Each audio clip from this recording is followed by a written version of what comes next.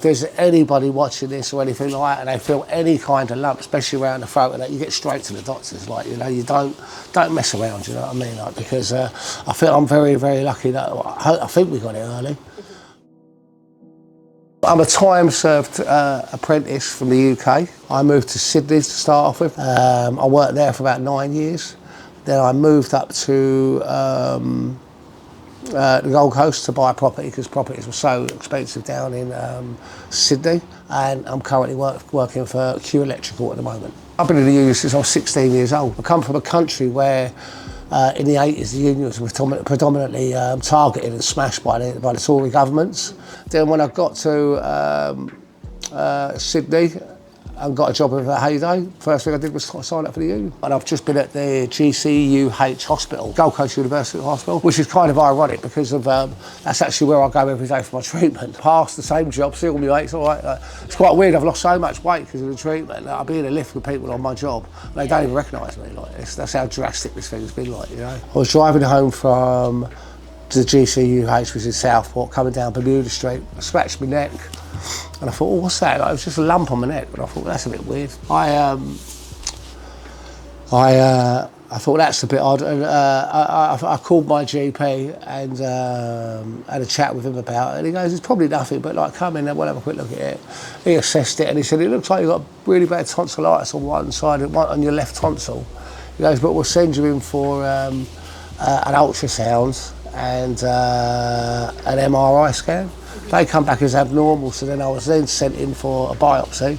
A couple of days later, the doctor, he came around personally and gave me the bad news, like, sort of thing. And then the next day, I went in and spoke to my employers. Honestly, from the project manager to the apprentices, everyone's been so supportive and like amazing, like, you know what I mean? They was just like, whatever you need, like we're in this together. Like, I get income protection, like, you know, and if I didn't have that, well, I'd be buggered, like, wouldn't I? Like, I think it's a grade 2 throat cancer, and it's from a thing called the paloma virus or something. It's something that sits in the 80s. There was a virus that went around and it sort of just sits in people's body, and some people are unlucky enough that later on in life it sort of becomes, yeah, it's not dormant anymore, it comes alive, and then, yeah, and that type of cancer's gone up exponentially all over the world.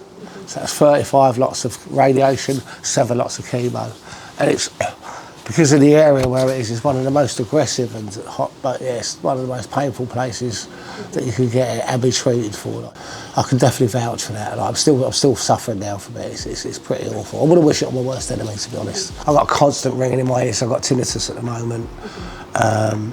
I've lost 25 kilos. I'm feeding through this here.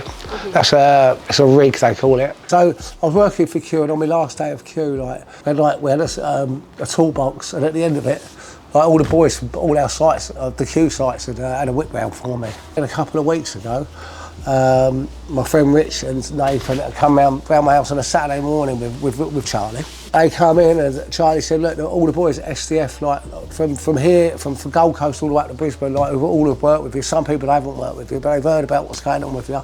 And they said, and even though you don't work for us anymore, you worked for us for a long time, and we wanted to contribute this to you, to say, like, I hope you get on all right. And mate, honestly, it was like, yeah, it was pretty incredible, like, you know what I mean? So it was just so humbling and it was amazing, like, you know what I mean? I mean, obviously it's something I would do for anybody, like, you would do it for anybody, but you don't think anybody would do it for you, sort of thing, like, you know? It weren't just the money, it was a feeling of belonging to something, and like a group of people cared for me and my missus that much, like, they wanted to make sure they could do the least they could do was this, and it was like, and it has been a help, it has been a great benefit. This is why the union should be in the newspapers for stuff like this. All the members have really looked after me, and it's what a union's about.